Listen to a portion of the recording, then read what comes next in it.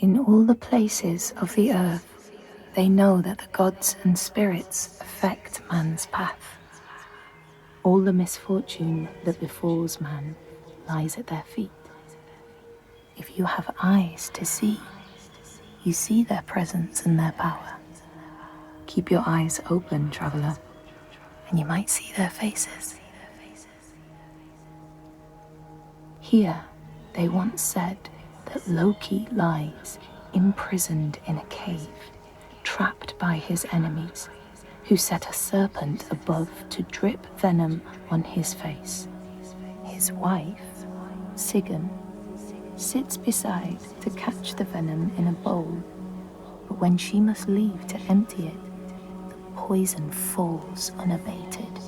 His pain is so great that he thrashes and writhes. And here above, we see the earth shake and break apart. Across the sea, they know that the earth is carried in the arms of a giant. When he is vexed or injured, he may not carry his burden so gently, and the world will feel his anger and pain. In a land far away, they say the winds are trapped inside the earth.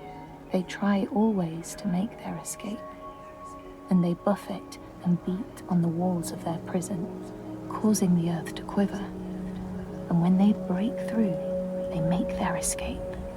They explode out in fury. In the lands of your birth, people live hidden too, in the hills and stones.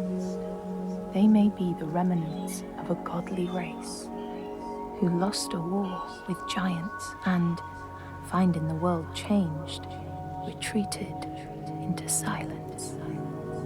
But you still see their carvings and circles from the time when they walked among men.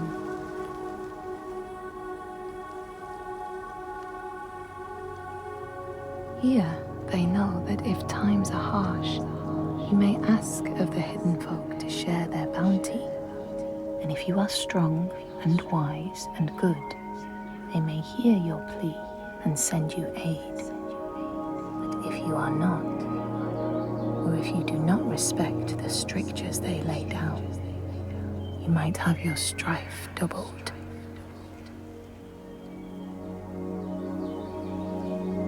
In the lands of your birth, and in these lands too, they know that people can be taken by the secret fair ones. If you are not careful and do not keep to the pathways, you may find yourself among them. In a land to the east, they know that when a traveler finds themselves lost, it is the fault of the Vadadash, who wait at the crossroads to trick souls passing by. The only remedy is to let your horse lead you home, because beasts have no souls. But if you have no horse, your soul is lost forever. In this place, they know that sometimes the hidden folk will take their children and leave another in their place. These children may look the same as their own, but will be dazed and far away, or ill-tempered. And you know then you have a changeling in your house. In this land, and people cannot raise their children, they will leave them in a sacred place for the hidden folk to take and care for.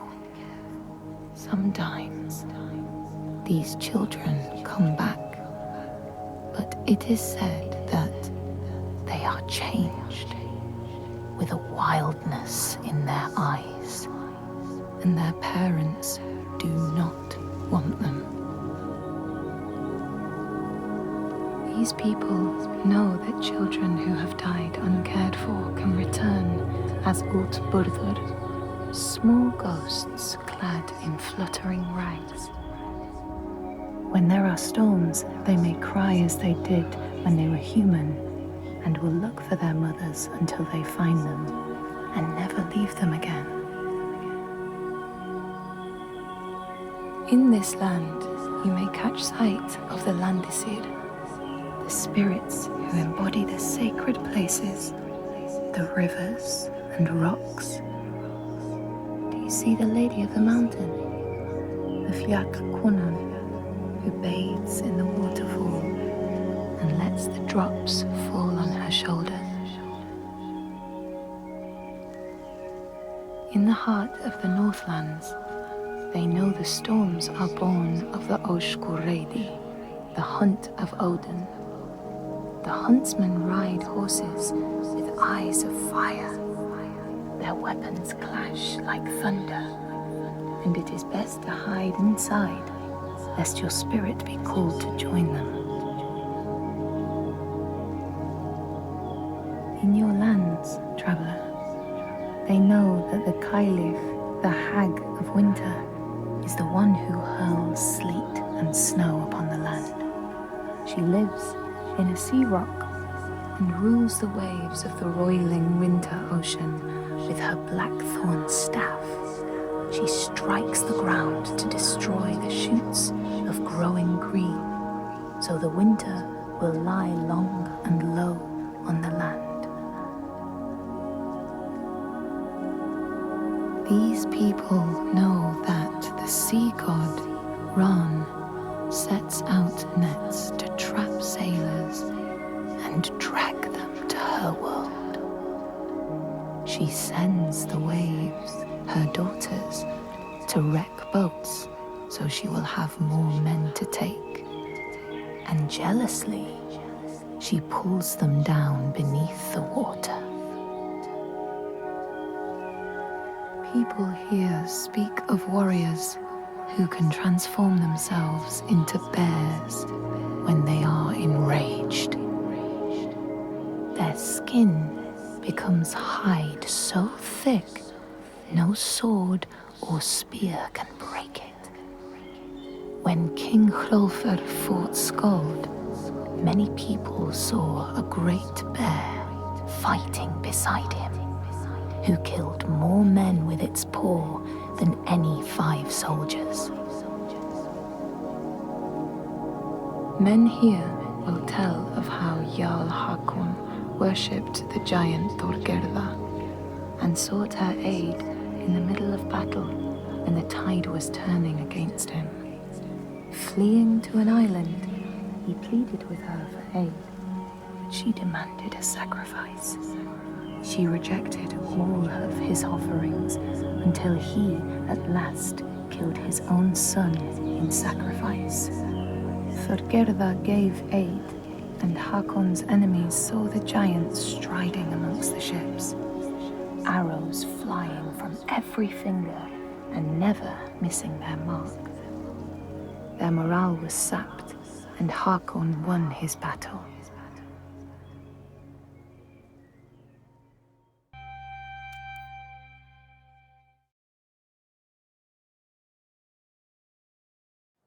Do not forget my stories, Senua. I am with you still. Out of hell you have come, and now find yourself in Midgard, the world of men. Do not think it any less dangerous for that. Your path has taken you far from home, across the boundless sea, and you must go on to the heart of this place, to the heart of man. You have seen how the Northmen journey out to conquer, and this is one of their lands, as icy dark as Niflheim, yet as fiery as Muspel. It has not long been claimed, and they try still to tame it.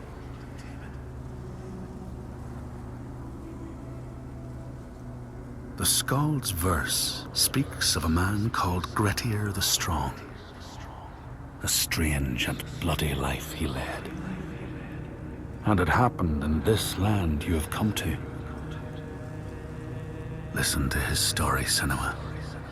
for it may in some small way illuminate your own.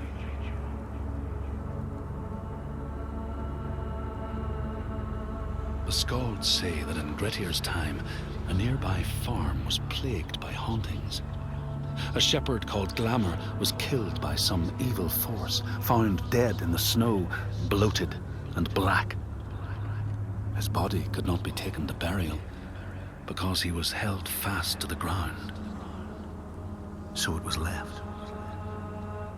3 days after his death, the body was missing.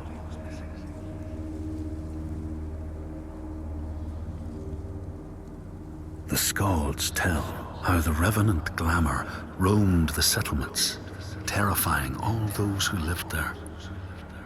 Each one he killed, in turn, rose to walk beside him. Thus, evil begets evil.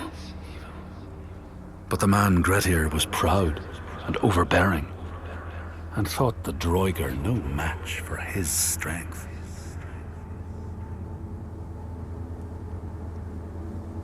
The Skalds say that Grettir fought and killed the Droigar Glamour, but not before Glamour had cursed him. His strength would be turned against him, his deeds bring death and exile, and he would be always before Grettir's eyes, making him afraid to be alone. He saw all sorts of phantoms wherever he looked, and thus people who see things that aren't there are said to have Glamour's eyes.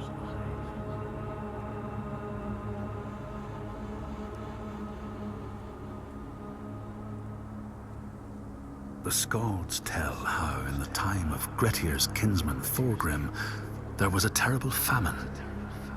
No crops could be grown, and the fish fled the nets.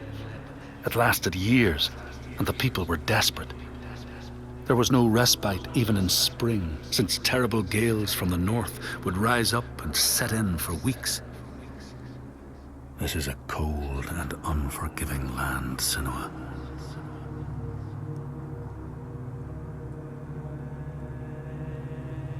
In the time of famine, at the place known as Rifskar, Thorgrim found a huge finback whale, beached and dead.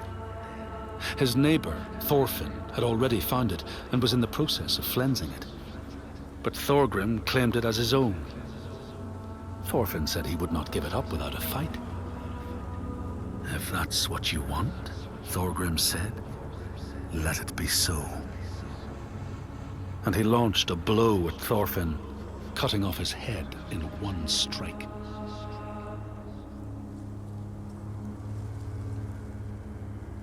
The Skalds say that the neighbors fought, armed only with the knives and axes they had brought to cut up the whale, even picking out the whale ribs to beat down their enemies. Thorgrim's men had loaded their boats with whale meat, but as they went to leave, one of their opponents struck Thorgrim's brother a fatal blow. And this is how hunger fates desperate men to come to blows, striking out against one another to survive.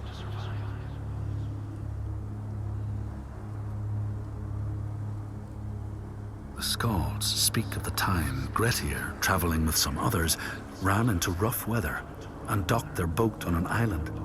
They had not brought fire with them, and the merchants complained bitterly. Seeing a great fire blazing on the other side of the strait, Grettir said he would swim over to fetch it. He took off his clothes and struck out across the water, wearing nothing but a cloak.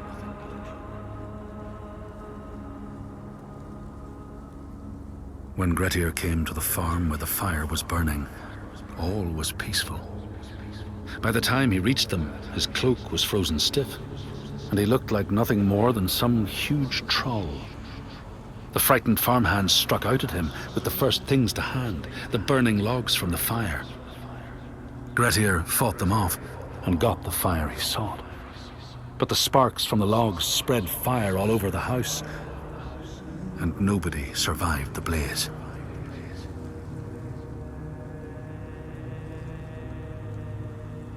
The Skalds say that Grettir swam back across the strait, keeping the fire safe from the water. His friends applauded Grettir's bravery, but when word spread about the massacre at the farm, people took against Grettir. Nobody wanted anything to do with him, and when the news reached the Althing in the summer, Grettir was pronounced an outlaw. All doors would hence be shut to him.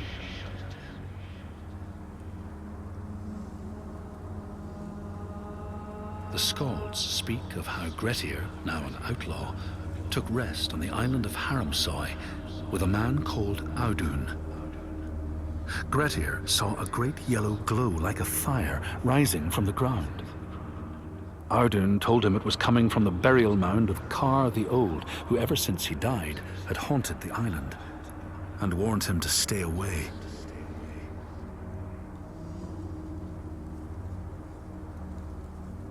The Skalds say Grettir wanted the sword that was buried in Kar's How, and would not be deterred from seeking it. He broke the mound open and started digging until he reached the timber props. By this time it was night. Audun warned him again not to continue, but Grettir threw down a rope and went inside the mound. No light penetrated it, and it reeked of death. But he persisted in exploring.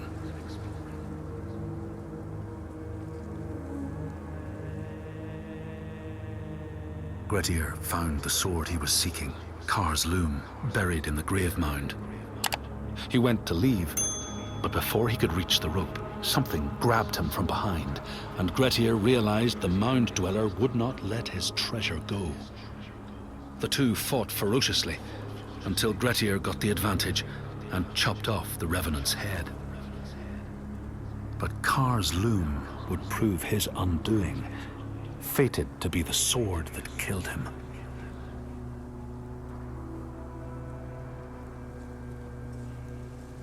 The Skald's verse tells how Grettir made many enemies with his proud and overbearing nature.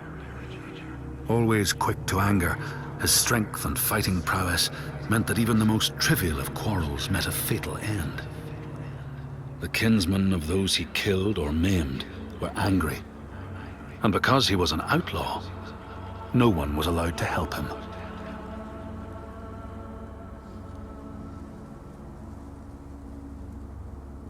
The outlaw Grettir fled to the island of Drangi. His enemies knew he was there, but he was still so strong and fierce, nobody could shift him. Thorbjorn, first among his foe, sent his foster mother to see Grettir. She was a Seithkona, and very wily. She enchanted a tree branch and sent it to wash up on Drangi. Grettir tried to cut it up for firewood, but his axe flew back and struck him in the leg. The wound blackened and festered, and Grettir feared his time was close.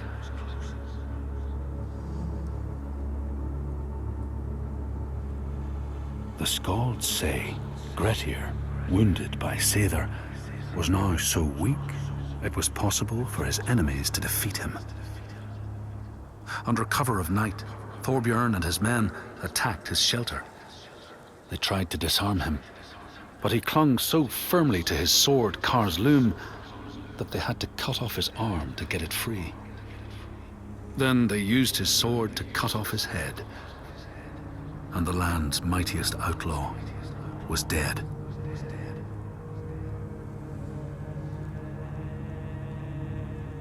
As the Droigar glamour had predicted, all Grettir's brave and fine deeds brought him misery. So fate makes prisoners of us all. But it was Grettir's nature that made him fight the Droigar, and Grettir's nature that led to blood feud and exile. So what is truly our prison, Senua? Is our path ordained, and we powerless to change it? Or do we blame uncertain powers for what we ourselves ordain?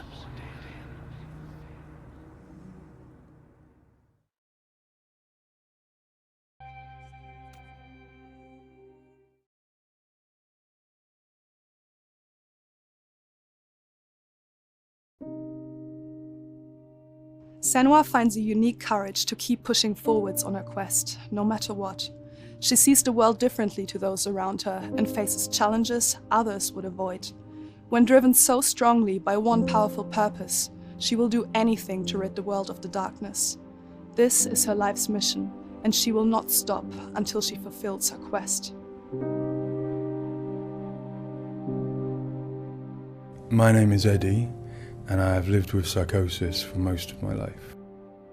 To me, psychosis means living in a different reality, a reality that isn't shared with other people. Often living with psychosis is dark and miserable. While experiencing psychosis, I've got to hear the voice of God, the opposite, seen and spoken with angels, and been to hell itself. Recovery college and peer support really did turn my life around. I thought I would never get better, and yet here I am.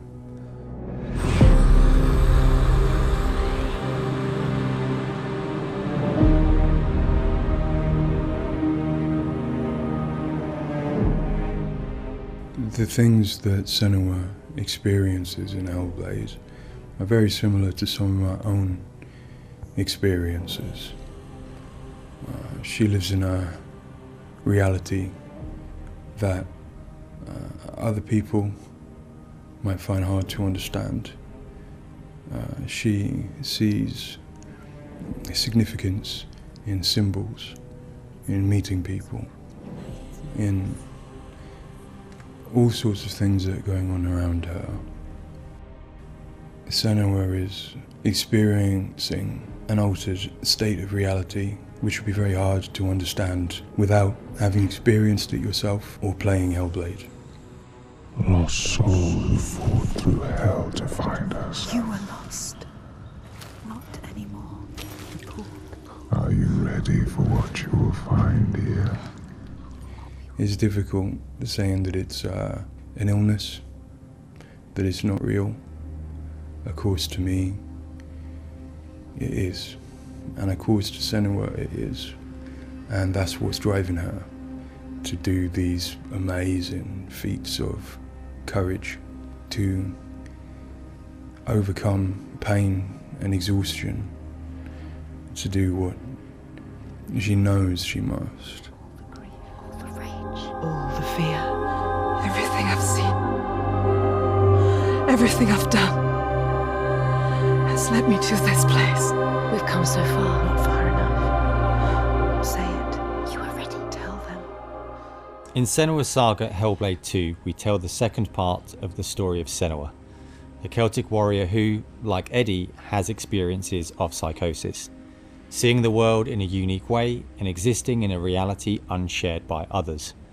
At a surface level, this manifests for Senua in seeing things that others don't, hearing things that others don't, and having unique beliefs about the world. My name's Paul Fletcher. I'm a psychiatrist and a professor of neuroscience at the University of Cambridge, and I've been working with the Ninja Theory team on Hellblade and other projects for several years now. I am a clinical doctor, but have also added research and teaching to my role. And in all three areas, I'm especially interested in the human brain and how it strives to make sense of the world, which is complex and changing all the time. The lake, like a mirror. You can see the reflection. Senua, like many people, experiences psychosis. Now, psychosis is not a diagnosis, although it is associated with a number of medical and psychiatric conditions. But ultimately, it's a loose description of a shift in one's experience of reality. What are you doing? Screams of the dead. There's something here. They are not. I need to find out what it is. They are. A person with psychosis might experience changes in their perceptions and their beliefs. For example, they might see or hear things that other people can't. and they might come to believe things that are quite uncharacteristic for them. For example, they might feel that somebody, perhaps somebody even very close to them, is intent on trying to harm them. Now, it's very important to remember that this is not just a vague feeling or an imagination. To the person, it feels like their reality, just as everything around me feels like my reality to me. I, like many people, feel that in order to even begin to understand psychosis, we have to start with thinking about how the brain works in general, how it makes sense of the world around it. And when we do that, we're repeatedly confronted with evidence that actually it doesn't just rely on the evidence of our senses, but it actually relies on what it already knows, on its predictions, its anticipations, and its expectations. Your voices. Now that might seem like a defect. After all, why would we want to rely on what we already know rather than what the world is telling us? But if we did act simply as passive receivers, we would be completely swamped. We'd be like a newborn infant trying to make sense of the colours and shapes without any way of having a framework to try and understand those colours and shapes. Our senses are bombarded with information from the world that's rapid, it's intensive, it is noisy, ambiguous, unreliable. And if we were to try and make sense of that without imposing patterns and expectations, then it would be like trying to assemble a multi-dimensional jigsaw without knowing what the picture was on the box. Many of us think that the brain ultimately is an organ that makes predictions. It craves patterns and associations in order to make sense of the world. And without that, we are confronted with a feeling of uncertainty, of anxiety, of distress, even of fear. They're calling. Something is drawing near. Where do these predictions come from? Many of them are actually embedded in the structure of our brain, probably wired there by evolution. Many of them come from our earliest experiences as babies, trying to make sense of this new world that we're born into. Many come from our early childhood experiences, from what we learn from others and how we interact with others, from our parents, our teachers, our friends.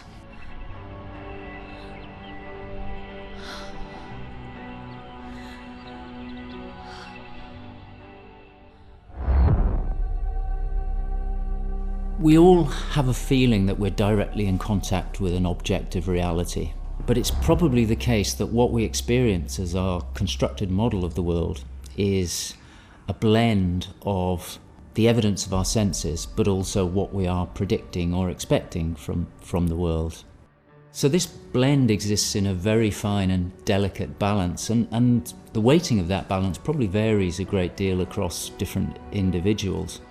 But crucially, this balance is what determines how we experience and interpret and act upon the world.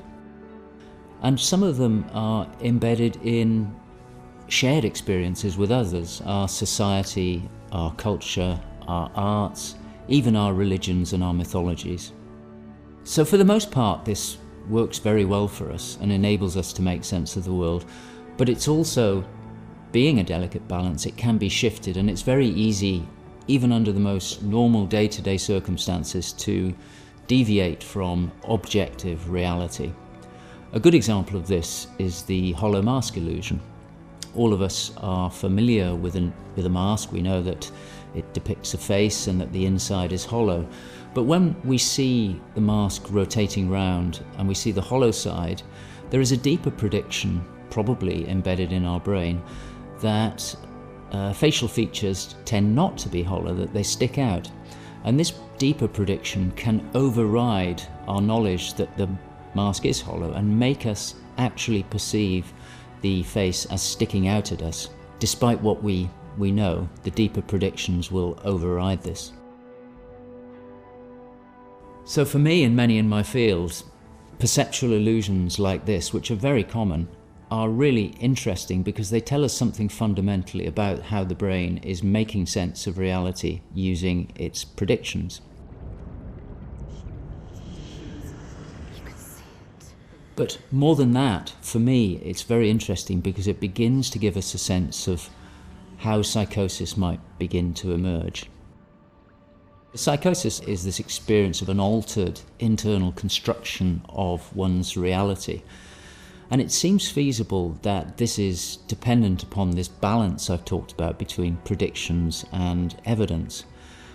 And it is probably the case that some people tend to weight their predictions more heavily.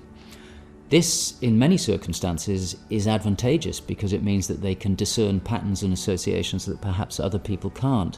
But if that balance was shifted further by different circumstances, then it may well be that they begin to construct a reality that doesn't accord with the world around them.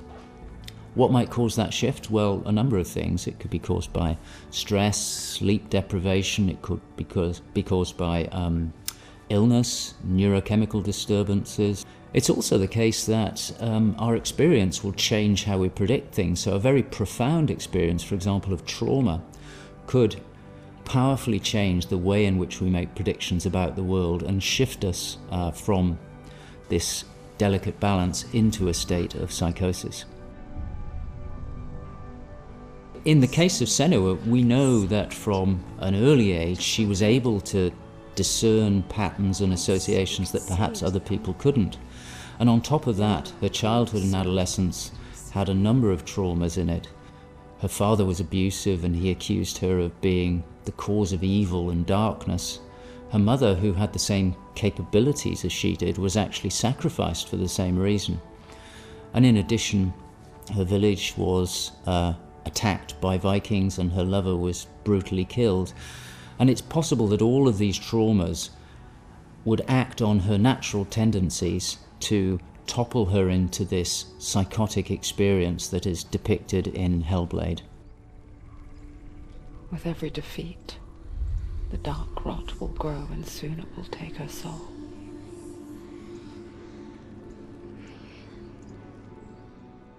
In Hellblade Senua Sacrifice, we find Senua discovering and understanding her experiences. They're relatively new to her, and the pain and torment feels at its most acute. Having travelled to a new place, with a mind full of her trauma and Druth's stories of the Vikings, she embarks on a journey of coming to terms with what has happened in her life. Ultimately, rather than finding the unachievable certainty of rescuing Dillion, she achieves certainty in the realisation that Dillion is gone forever. She learns to accept his death, and in turn, her experiences of psychosis. Even in darkness, the wonder and the beauty of this world never leaves us. It is always there, waiting to... In Senua Saga, we find Senua at a different place on her physical and mental journey. Empowered with the sense that she has overcome her own darkness, she's now compelled to follow a new quest, to save her people from that same darkness. You smell their fear. He's here. Death is coming. Look at the bones. Death is coming. Look at the bones. That's going to be you. That's going to be everyone. In Sacrifice, Senua's psychosis is acute and all-consuming. She is preoccupied and absorbed by her experiences. To some extent, she is enveloped and enslaved by the darkness. She cannot ignore her voices and visions. She's totally committed to the quest within her altered reality. In Saga, there has been some resolution to this. There's no miracle recovery. She still experiences the voices and visions. She still has a changed reality. But the balance of power has shifted. She is the one who is able to be in control. She's able to resist and challenge the voices. She's able to make decisions that much more clearly reflect her own goals. They see through your lies, and I will show them how to see as I do. I will not appease your gods. I will destroy them. And in addition, in Saga, She is able to encompass the reality of others. She sees them for the constructions that they are, and she is able to interact with them. And I think that's a very powerful change and a very important area to explore. They have lost everything. In Saga, we've had the opportunity to explore the next phase of Senua's mental health journey. One where she's come to a place of understanding, but where she and us as creators have new challenges to overcome. Where Senua's belief system will clash with that of others. Her experiences will play out in the presence of people who don't share her perspective. And where she feels a new sense of power in being chosen for the quest, but also a new weakness, bowing underneath the weight of responsibility that sits on her shoulders. Wait.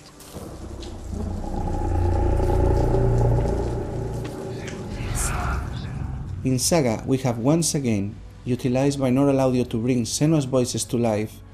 Her furies still travel with her, but their tone has changed this time. She continues to be haunted by her father, and she starts to feel the audial presence of Icelandic myth infecting her mind. That scream, that voice. Something dark, Senua. You need to go up there. Don't let them see you coming. You need to find out. Don't let the monsters find you. You can do this, Senua.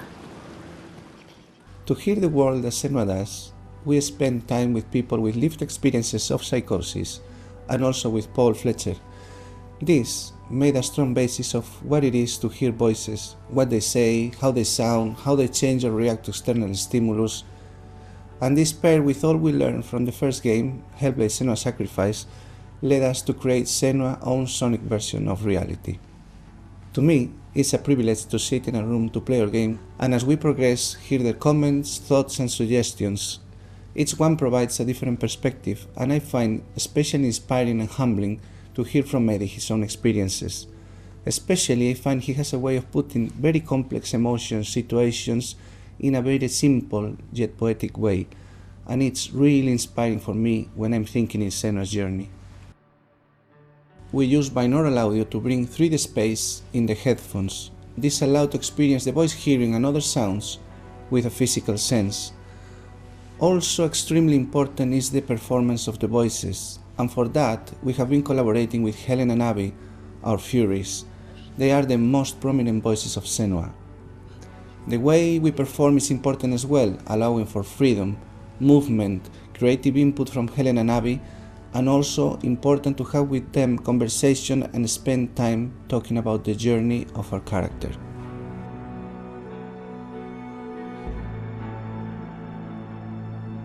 There is a lot of time gone into experimentation, so every sound in the game is connected in some way with the emotion that Senua is experiencing as she travels through Iceland, from the sounds of the nature to some of the musical moments. What's a sign? Beyond of its uniqueness or not, I find that for me, something extremely important is to create a connection beyond the game. So in understanding Senua's own reality and going on a journey with her, I hope our players will understand better how people experience reality different, and in doing so, I feel we break those walls that keep us distant and lonely. My brothers used to come here to practice fighting. Sneak out. Follow them. For Saga, in order to bring Senua's experiences of hallucinations to life, it was very important for us to listen to people's real lived experiences. It was then a case of thinking about how Senua's world and reality might look when faced with these types of examples. This would have been impossible without Paul Fletcher and amazing people like Eddie and Kathy, who've been so open and honest about what they have been and do go through on a day-to-day basis. I think it takes real strength to be able to talk about such personal things to a new group of people. On the visual side, we have lent into things like repeating fractal geometry shapes, cymatic patterns, with lighting and post-processing changes to all help reflect the current feelings of Senua. And hopefully, when combined with the audio and gameplay, the player will get a sense of what we are aiming to achieve. It's just like before. No, this cannot happen again. You couldn't do anything. We have to stop it happening. Face it. You need to face it. Focus. You need to look at it. In Sacrifice, we saw a story of Senua's suffering at the hands of her experiences. In Saga, we're telling a more nuanced story of the next step on her journey. One where she has found a greater balance, but where her experiences are just as strong. Where rather than being a victim to her experiences of psychosis, she is driven by them on a path that only she sees. Bringing sin with you. The gods cannot be killed. One thing that I find very exciting in Saga is that there's an attempt to explore something that is really neglected in my field, which is the experience of a dual reality that some people have. People who have had Senua's types of experience have spoken to me about this, feeling that they have their own reality, but they also recognize the reality that others experience, and it can be very confusing, it can be disorientating. And it's exciting to me that the game contains an explicit attempt to portray this experience of dual realities, and I think it'll be very interesting to see how people respond to that. It's amazing what has been done and what's been portrayed. I think it's really difficult to turn words into what other people might be seeing, but I think I'm always blown away by what Ninja Theory come up with for their games, and I'm really stunned at the quality of, you know, the things that she sees and the sounds of the voices that she has. I think they're pretty realistic. She's getting closer. Yes, she can feel it. I hope that the game will help people who maybe don't understand psychosis or don't know very much about it to start with. I think by experiencing some of what they will do in the game, I think it brings to life a little bit of what it's like to have psychosis, and I think hopefully people will learn from it. Now I'm working as a peer support worker, and what that means is that in my case, in the job that I have in my role, it means that I go to see my people, to see my peers. We talk about how things have been. The way that Hellblade has captured the experience of psychosis is nothing like I've ever seen before, in terms of its realism, in terms of its fairness to people like me.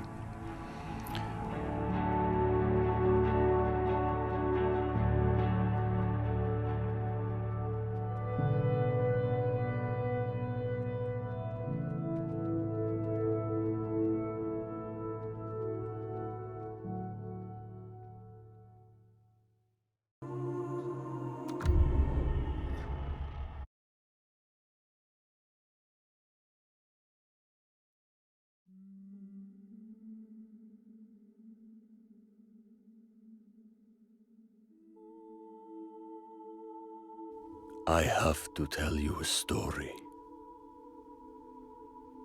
I don't come out of this well, but I want you to know the truth, so you can see it all. See a different side. Because it's not just Senua who hears things, sees what isn't there.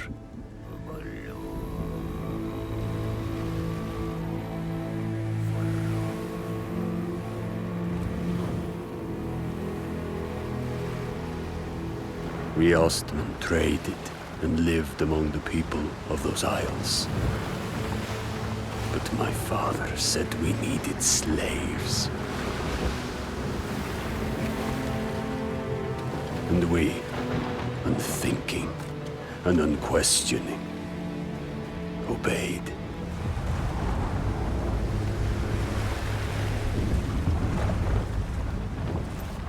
We knew the reason. Knew there was no other way. His way was the only way. So we obeyed. We had plans for them. they'd never be our slaves. They were grist for the mill to save our own, to protect us. But plans can drift off course.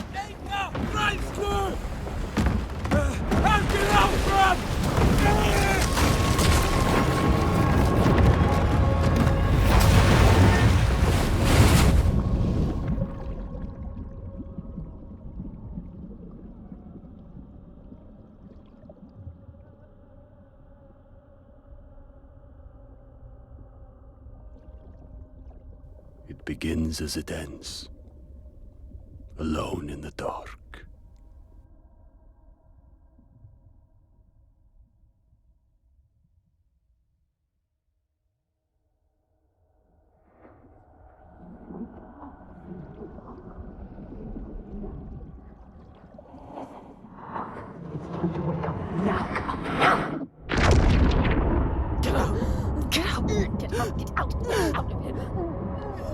Need air, fight. Don't want to die. Can't breathe. Don't die.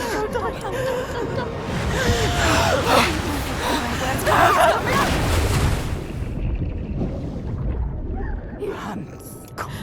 Drown. Don't get off me. Get off me.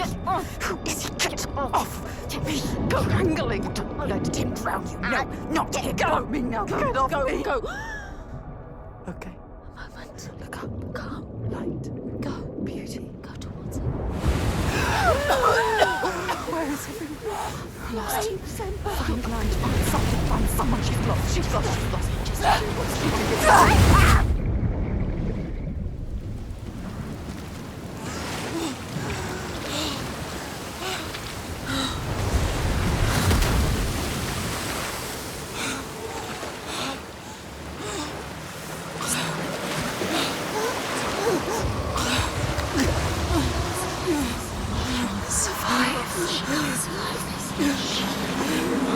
It's coming.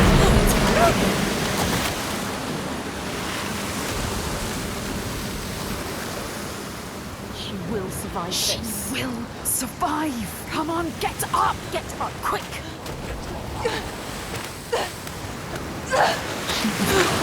She's too weak. At least she's not dead like him. Like him. You let him die. You let him die like this. Don't look anymore. No. No. So close. I nearly drowned. Pulled into Round's net. But I struggled free and made for the shore. We'd foundered. My father would be angry, but maybe there would be a way to take back what we had lost.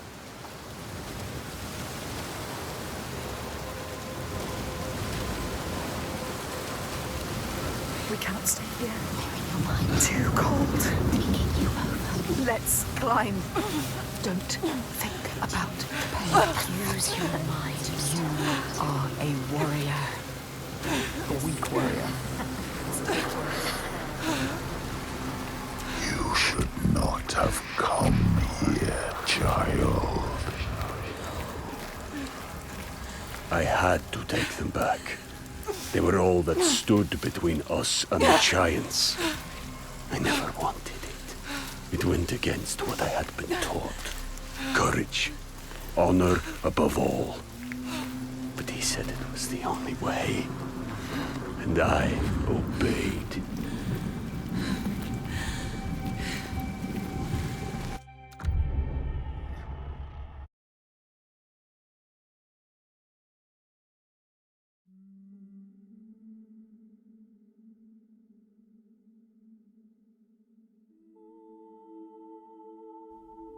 Welcome, wanderer. Let me tell you a story. After she fought her way out of hell, a tale for another time, Senua tried to live. Free of her father, of the fear he brought. A new life, quiet, peaceful.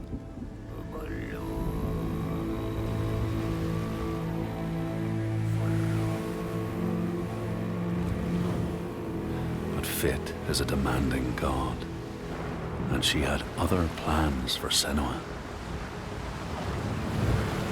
For the Northmen came back, breaking like a storm on the villages, tearing through them. They had no interest in plunder. All they wanted was slaves.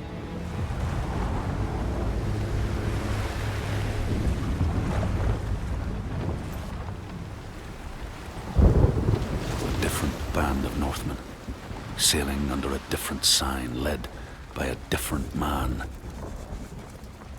And fate spoke to Senua once again. It was her destiny to stop them. Follow these slavers back to their lands, track them to their heart, and put an end to the terror. And she promised that she would.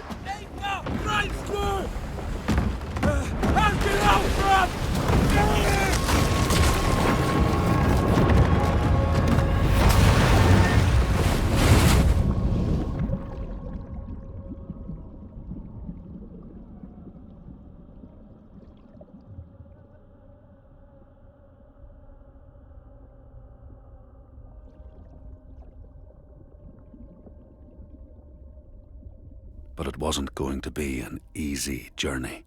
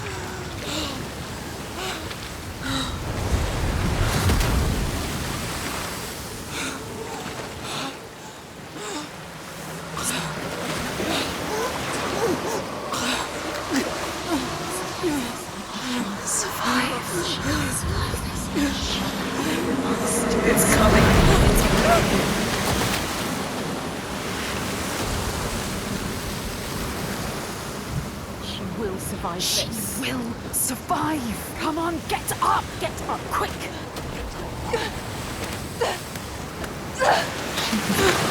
She's too weak. At least she's not dead like him.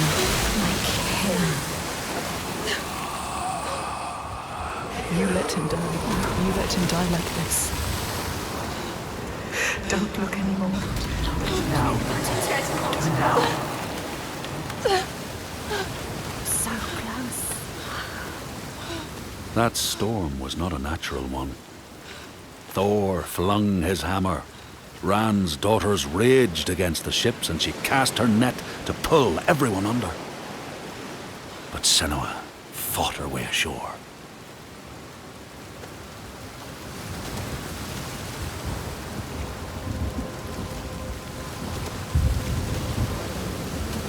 Stay here. Too cold. Let's climb. Don't think about the pain. Use your mind. You are a warrior. A weak warrior. You should not have come here, child.